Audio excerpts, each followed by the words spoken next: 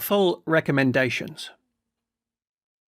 Led by evidence, the Commission has put forward 24 recommendations that will improve the lives and experiences of individuals and communities across the UK. The Commission recognises that health, education, training and skills, justice and policing are reserved matters for the devolved administrators. Any action taken to implement them will therefore need to be mindful of these considerations to this report, and its recommendations will require discussion with devolved administrations. These recommendations work to forward 4 overarching aims: to build trust between different communities and the institutions that serve them, to promote fairness, to improve opportunities and outcomes for individuals and communities, to create agency, so that individuals can take greater control of the decisions that impact their lives, and to achieve inclusivity, to ensure all groups feel a part of the UK society. Theme 1. Build trust. Recommendations that will help build trust and understanding for individuals and communities in public services and institutions. Recommendation 1. Challenge racist and discriminatory actions. The Commission recommends that to aid endeavours to drive out race-based discrimination and prejudice, the EHRC receives additional ring-fenced funding from the Government to use their compliance, enforcement and litigation powers to challenge policies or practices that either cause significant and unjust racial disadvantage or arise from racial discrimination. Separately, Government should consider the complex issue of online abuse and the platforms that are used to perpetuate such as a public policy priority. Recommendation 2. Review the Care Quality Commission's inspection process. The Commission recommends that the Department of Health and Social Care, DHSC, commission a review into the CQC's approach to scoring employee diversity and inclusion in their inspections. The Commission recommends that this review is chaired by an expert with close knowledge of the healthcare system and CQC internal processes, ideally a former inspector or inspector of an alternative inspection body. The review team should work closely with the NHS Workforce Race Equality Standards team and the disciplinary bodies of the medical professionals to ensure that the views of these bodies feed into this work. Recommendation 3. Improve the transparency and use of artificial intelligence. The Commission supports the recommendations of the Centre for Data Ethics and Innovation, CDEI, and calls on the Government to place a mandatory transparency obligation on all public sector organisations applying algorithms that have an impact on significant decisions affecting individuals. Ask the Equality and Human Rights Commission to issue guidance that clarifies how to apply the Equality Act to algorithmic decision-making, which should include guidance on the collection of data to measure bias and the lawfulness of bias mitigation techniques.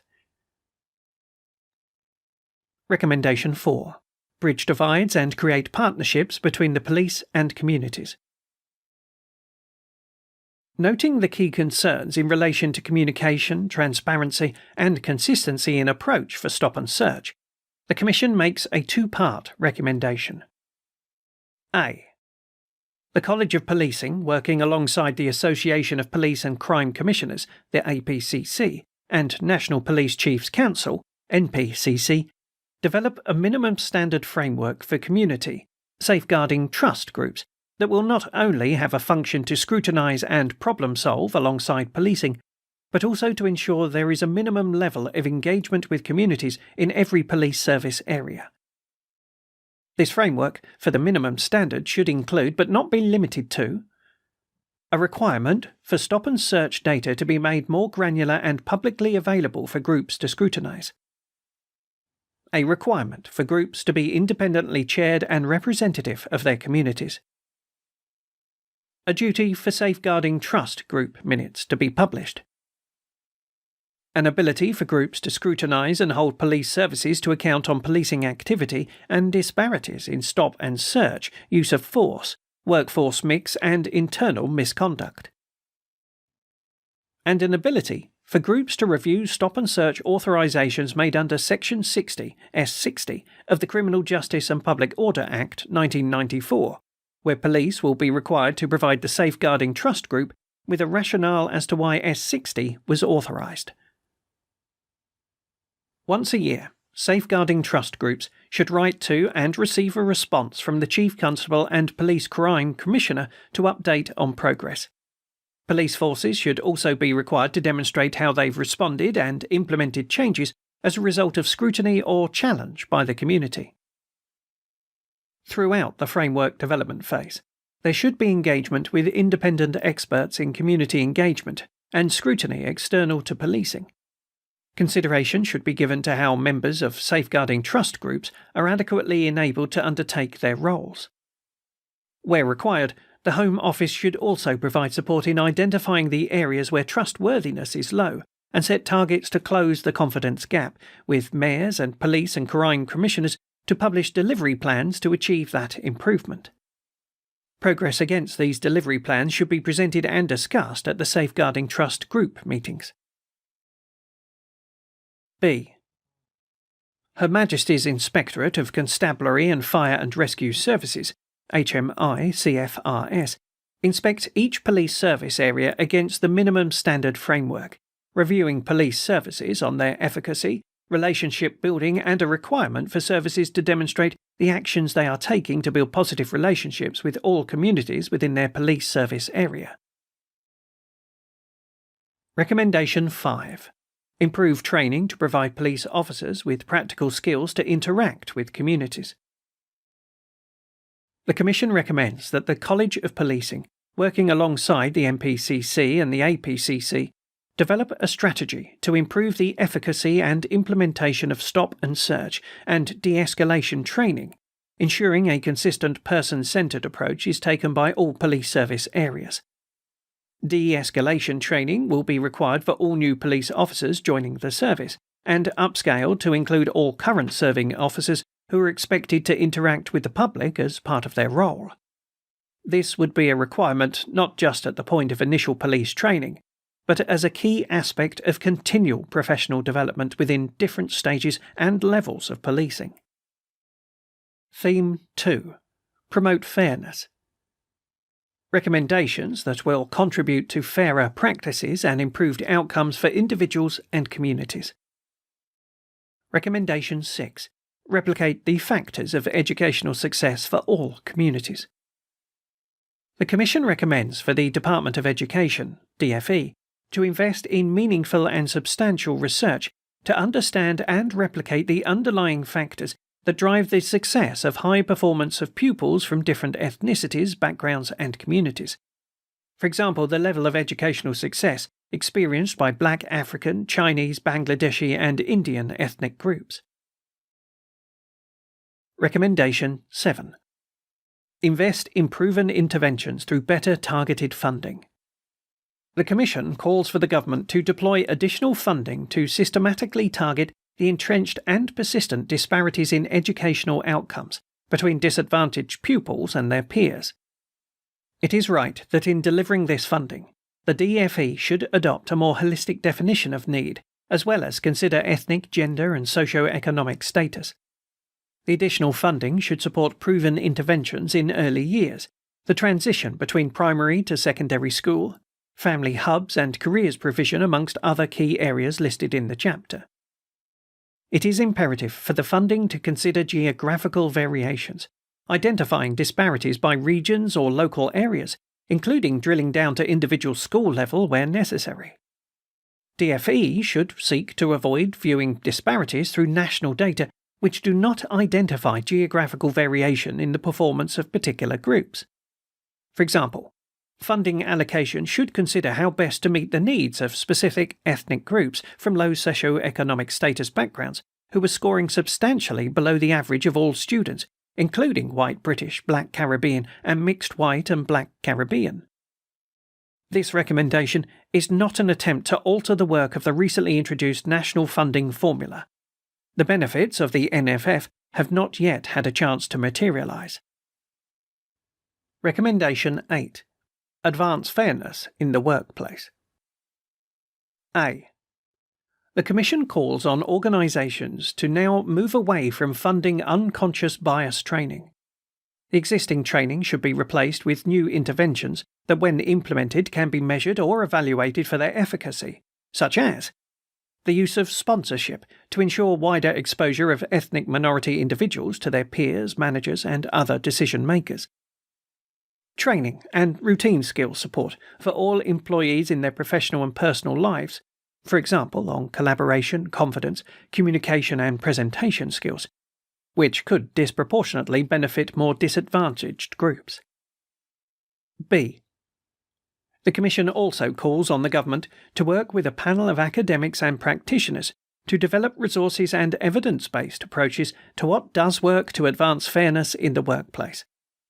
The landscape of diversity training is highly mixed, and the Government can play a role in guiding organisations to high-quality materials and resources.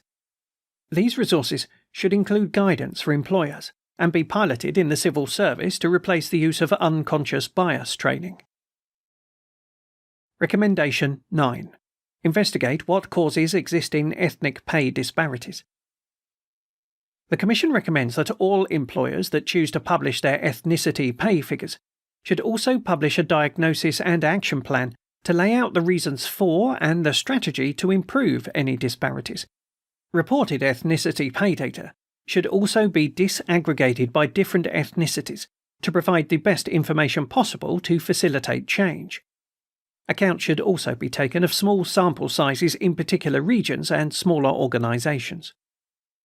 To support employers undertaking this exercise, the Commission recommends that the Department for Business, Energy and Industrial Strategy, BEIS, is tasked with producing a guidance for employers to draw on.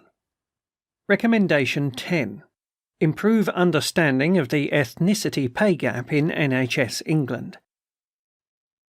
The Commission recommends that NHS England as a whole should commission a strategic review of the causes of disparate pay and, where discrimination is pinpointed, spell out the measures that might meaningfully address it. Such a review would shine a light on the barriers to in-work progression and how to overcome them. For example, in promotion, are foreign qualifications equally validated yet informally seen as inferior? It would ask how the NHS performs on pay gaps compared with international comparators, and if other metrics other than pay gaps reveal barriers better. Recommendation 11. Establish an Office for Health Disparities. This Commission recommends that the Government establish a new office to properly target health disparities in the UK. This office would be an independent body which would work alongside the NHS, as part of or in place of the redesigned Public Health England, to improve healthy life expectancy across the UK and in all groups and reduce inequalities. As most of the causes of health inequalities, deprivation, tobacco, alcohol, unhealthy diet and physical inactivity, are not due to differences in healthcare, addressing them will involve multiple government departments, and so the office would need to be cross-cutting across government. A. Increase programs aimed at levelling up healthcare and health outcomes. Use existing data and evidence to target the most deprived communities for tailored health interventions, health education, and communications. This function would work alongside existing local health workers and would utilise best practice examples from local authorities and public health regional offices and charities. B. Improve the data, guidance, and expertise in the causes and solutions for health disparities of specific groups. Fund further research into health conditions which adversely impact specific groups. This would include a large focus on research into health disparities relating to ethnic minorities, considering genetic and biological differences, cultural practices, and social economic drivers. Provide best practice for the inclusion of known health disparities, including those experienced by ethnic minorities, in clinical care guidelines. Work closely with the National Institute for Health and Care Excellence, NICE, and other bodies, to ensure all guidance includes information on disparities as standard. Provide expertise in how the health of different ethnic minority groups are affected by underlying conditions, cultural and linguistic practices, geography, and occupation. This expertise would be disaggregated to avoid unhelpful grouping of different ethnicities and to ensure proper tailoring of health services. Recommendation 12. Prevent harm, reduce crime, and divert young people away from the criminal justice system. The Commission wants to urgently address the disproportionate number of ethnic minority young people going into the criminal justice system as a result of low-level Class B drug possession.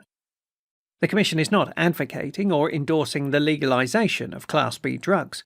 However, it points to examples such as the Thames Valley and West Midlands police drug diversion models to keep these young people away from gaining a criminal record while trying to address the root cause of their drug use. The Commission recommends a multi-agency approach, bringing together the College of Policing, National Police Chiefs Council, Home Office, and Ministry of Justice to develop an evidence-based pilot to divert offences at low-level Class B drug possession into public health solutions. It is suggested that the pilot is trialled in 4 of the 6 police force areas, where almost half, 48%, of all arrests for drug offences took place in the year ending March 2020. The Metropolitan Police Merseyside, West Yorkshire and Humberside, noting that Thames Valley and the West Midlands are already undertaking police drug diversion pilots. The aim is that, following evaluation of the pilot by the College of Policing, a consistent approach is adopted nationally. Under this diversion scheme, individuals committing the offence of possession of a Class B drug will automatically be considered for a drugs referral in lieu of traditional criminal justice routes. In accordance with our current out-of-court disposals guidance, individuals committing the offence must admit guilt to be eligible for this referral mechanism. The Commission also notes that information about those referred to this programme should not be disclosed to potential employers, education providers, or voluntary sector organisations in order to preserve opportunities for young people. Once they've completed their course, to pursue further higher education or employment without being held back by such a criminal record. The responsibility for developing operational guidance for the new drug diversion approach should sit with the COP, working alongside the NPCC, Home Office and MOJ, and drawing from the evidence of what has worked from models such as the Thames Valley Police pilot approach. Recommendation 13. Build social and cultural capital. Enrichment for all. The Commission recommends that the Secretary of State for Education, in collaboration with the Government's Educational Recovery Commissioner, urgently consider phasing in an extended school day. Led by evidence showing the positive impact of a longer school day for disadvantaged pupils, the phasing of the extended school day should, at first instance, prioritise the most disadvantaged areas and communities. The additional hours must provide all pupils with the opportunity to engage in physical and cultural activities, including working with local activity clubs. Participation in such activities will improve pupils' health and social capital, allowing such pursuits to be more accessible to the most disadvantaged of students. Imperative for a successful extended school day is the Department for Education, DfE, to secure ongoing additional funding allocation that will establish the recommendation as a permanent change in the way the schools operate.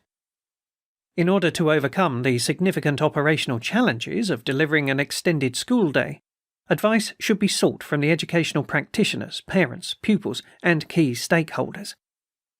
This is a unique opportunity for DfE to improve current practices and ensure education practitioners are best equipped and rewarded for their time. Consideration should be taken on how the change in additional school hours can allow for school days to be a different length for older years, support flexible working arrangements, which could make the profession more attractive to many, ensure staff are paid to teach the after-school time they currently deliver and to retain their holiday period. This includes, for example, DfE to explore working with post-16 and post-18 institutions such as UCAS to charge the application submission dates for higher education institutions, as well as Ofqual to move the GCSE and A-level results days from the summer holiday. Recommendation 14. Increase legitimacy and accountability of stop and search through body-worn video. There is a strong presumption that in all police services, Body-worn video cameras will be switched on if the officer is in a situation which they believe could lead to a stop and search, or as soon as is practicable to do so during that encounter. Building on the recommendations made by HMICFRS, the Commission recommends that for instances where BWV cameras are not switched on during a stop and search, the officer is required to provide a written explanation as to why it was not switched on. Operational guidelines for this requirement should be developed by the College of Policing and included in the authorised professional practice for stop and search. Officers must include this written explanation on the stop and search record slip, and it must be available for the individual who was stopped and searched to access following the encounter. The written explanation should be reviewed by a supervising officer to confirm whether the explanation provided is reasonable, and appropriate action should be taken where the rationale provided is of concern. This can, for example, be through a performance or misconduct procedure. The BWV footage of stop and searches should also be scrutinised at 2 levels through clip sampling. A. First, external scrutiny through community safeguarding trust groups. A recommendation for the formation of these groups is found in the Crime and Policing chapter, who should be able to request BWV camera footage from a specified date for review. B. Second, police services must implement an internal performance framework that includes dip sampling review of the BWV footage by supervising officers. Feedback should then be given to officers conducting stop and search, and appropriate action should be taken where interactions require improvement. For example, individual officers may be directed to further training, or in most serious instances, be referred to appropriate misconduct procedures. Theme 3. Create agency. Recommendations that will create opportunities to empower individuals to exercise greater control over their lives and make informed choices that lead to better outcomes for themselves. Recommendation 15.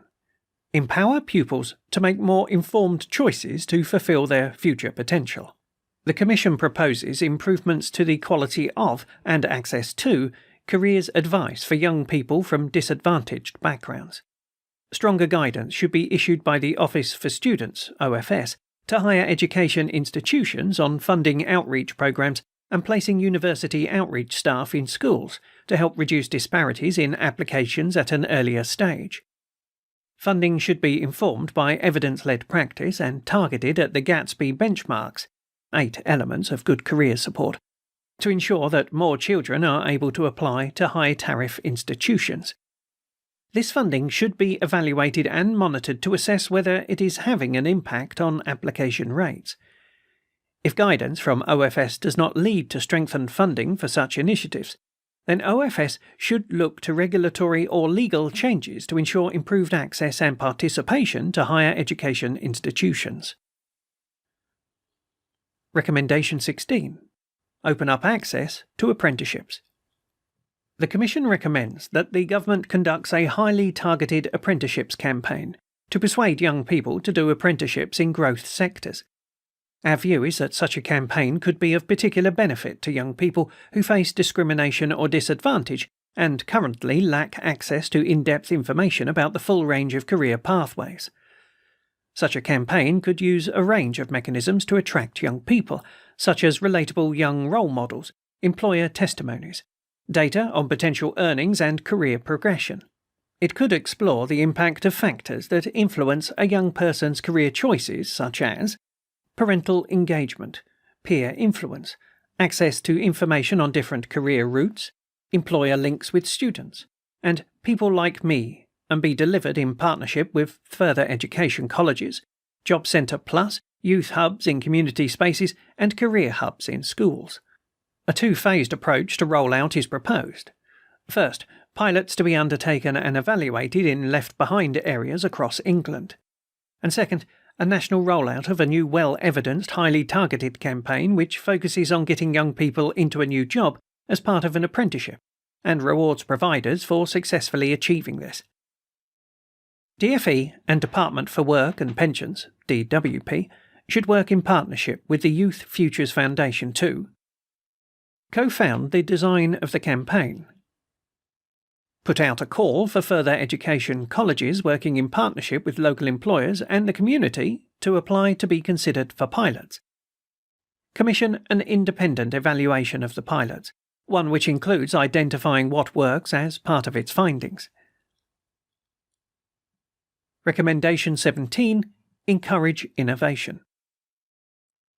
The Commission recommends that HSBC UK works in collaboration with the universities across the UK to pilot a competitive enterprise programme that will target aspiring entrepreneurs from the underrepresented and low-income backgrounds.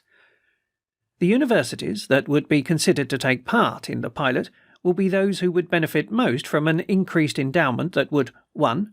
Bolster their offer of support to aspiring entrepreneurs, and 2.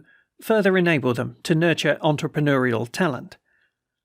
The programme will support participants in the development of their proposals through the provision of advice, mentorship, and access to networks, and provide financial backing towards the winning entrants enterprise. The Commission envisages that participants of the programme will form an alumni community that will act as an additional source of support. This should act as a model for other banks and financial institutions to emulate in collaborations with universities as a way to nurture talent, encourage innovation, and offer support to aspiring entrepreneurs from underrepresented and low-income backgrounds across the UK. Recommendation 18. Improve safety and support for children at risk.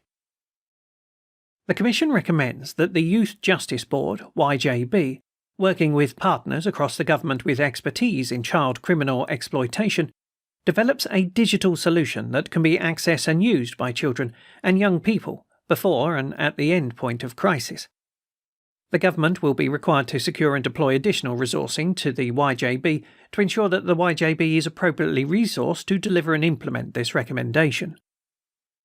The digital solution, which, for example, may take the form of a mobile application, text line or chatbot, will act as an entry point to signpost and refer those at risk of or already experiencing criminal exploitation to appropriate local organisations who can support them. The services will be driven and implemented at a local level, for example, through the youth offending teams.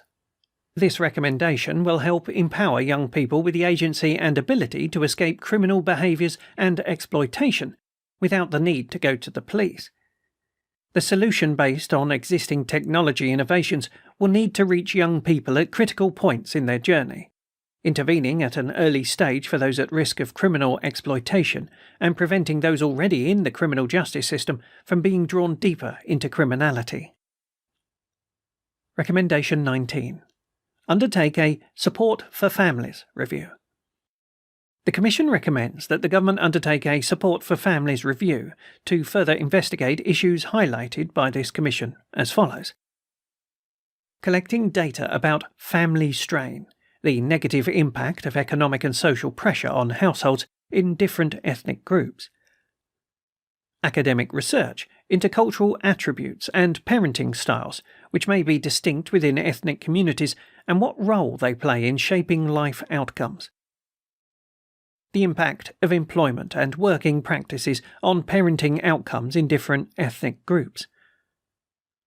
More complex understandings of fatherhood in different ethnic groups that analyses similarities and differences and reasons for variance. The role culture and religion can play in family outcomes. The review should also look to develop a series of actions on education, how early years settings and schools can provide better support services for parents, and the potential role of school-parent contracts in helping build relations between schools and parents. Employment, encouraging employers to look at flexible working for single parents. Crime and policing, how parents can be involved and supported to prevent youth crime, including potential for increased interactions between police and parents during out-of-court disposal processes. Health, mental health services, encouraging more family therapy and group support in the event of family breakdown, which may disproportionately benefit ethnic minority groups. Theme 4. Achieve inclusivity.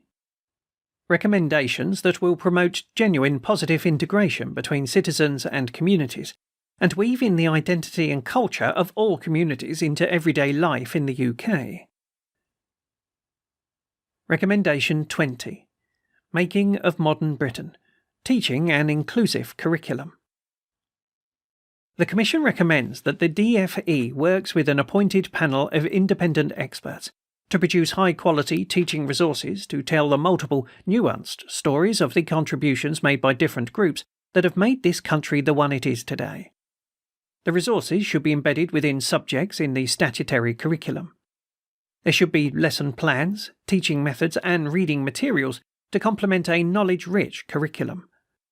Using these examples, DFE, supported by the panel of experts, should design and produce a creditable, high-quality online national library that is continually updated. This online library will be available for all schools to use, complementing and enhancing the content and quality of lessons taught so that all children can learn about the UK and the evolution of our society. Recommendation 21. Create police workforces that represent the communities they serve. The Commission recommends that the London policy to recruit locally is upscaled across all police areas in England and Wales, with the College of Policing developing guidance for police services on the implementation of the residency requirement. The Commission notes that the residency requirement will likely drive more significant change in specific services where both the workforces and the populations are larger. For example, in September 2020, the Metropolitan Police employed around 25% of all police officers' full-time equivalent in England and Wales, and around 15% of the population reside there, based on the 2011 census. This compares to police forces such as the Warwickshire or Divert powers, who employed less than 1% of all the police officers and have around 1% of the population of England and Wales living there. Therefore, the guidance produced by the College will need to take into consideration the different nuances of each police force area, including circumstances where the prospective local candidates eligible to apply for a role in policing is reduced, for example, due to the age demographic of the area's population. The Commission also suggests that police services address the pipeline of candidates applying for policing through extensive engagement and outreach with communities, for example through the cadet programs. Due consideration should also be given to incentivise new recruits to remain with the police force for a minimum period of time to establish their careers. The progress and efficacy of the residency requirements should be monitored and evaluated at a national level by the Home Office, working in partnership with the COP, APCC and MPCC. There is also a need for reporting mechanisms to be incorporated within this process, with HMIC-FRS inspecting forces on their progress in regular periods. Recommendation 22. Equip the police service with skills to serve the needs of their local communities. The Commission recommends that the College of Policing, COP, work with police services to design and evaluate recruitment pilots that match candidates' life skills with the needs of the communities they serve in their local areas. By September 2021, the COP working alongside services should identify a lead for the project and outline timelines for the progression of these pilots. Following the evaluation of the pilot, the COP should then introduce evidence-based guidance for police services about how to include questions about life skills and local understanding into the post-assessment centre recruitment process. This guidance should include the introduction of questions into the bank of post-assessment centre questions for each police force to adapt to local circumstances. In an instance where, based on the evaluation results, the COP is not able to progress with this recommendation, it will be required to write to the Home Secretary and the Home Office to outline the reasons why the pilots cannot be upscaled. Recommendation 23. Use data in a responsible and informed way.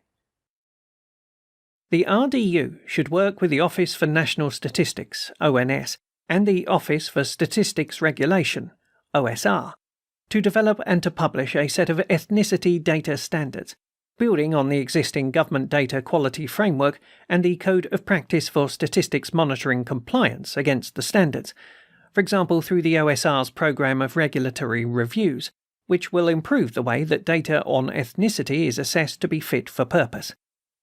The RDU should work with the OSR, DCMS, and the Independent Press Standards Organisation, IPSO, to apply the ethnicity data standard across all media and public communications channels. Recommendation 24. Disaggregate the term BAME. The Commission recommends that the Government move away from the use of the term BAME to better focus on understanding disparities and outcomes for specific ethnic groups. This recommendation is further linked to that relating to data, with the related quality improvement plans and actions necessary to make this move under a data standard or charter. A fundamental aspect of the data standard or charter will be the harmonisation of ethnicity categories in government departments and other organisations at the most detailed level, and should be promoted for use in analysis across organisations. The Commission agrees with the advice provided by the RDU in that when reliable data for full, harmonised sets of classifications is not available, then the 5 aggregated groups white, black, Asian, mixed, and other can be used. It is further agreed that users should note the limitations of the analysis, in particular the data for an aggregated group. The black group, for example, can mask differences in outcomes for detailed ethnic groups, the Black Caribbean and Black African groups, for example. Users should avoid, unless it's absolutely necessary, binary analysis, for example, incorporating white and other than white, because of the lack of analytical value this gives. Furthermore, it is possible to show data for some of the detailed groups, then the RDU encourages consideration of this, a suggestion that the Commission also supports, noting that every level of disaggregation adds analytical value, provided that it remains possible to draw meaningful comparisons. Further note. In December 2020, the Commission made an interim recommendation to move the sponsorship of the Social Mobility Commission, SMC, to the Cabinet Office. The rationale for doing so being that many disparities are driven by differences in age, sex, class, and geography. As such, a more holistic approach to equalities policy and research in government, which unified entities established to look at geography, class, race, disability, gender, and so on, would ensure better outcomes in the long term. The government accepted this recommendation, and a machinery of government change is underway, which will now see the SMC sponsored by the Cabinet Office from the 1st of April 2021.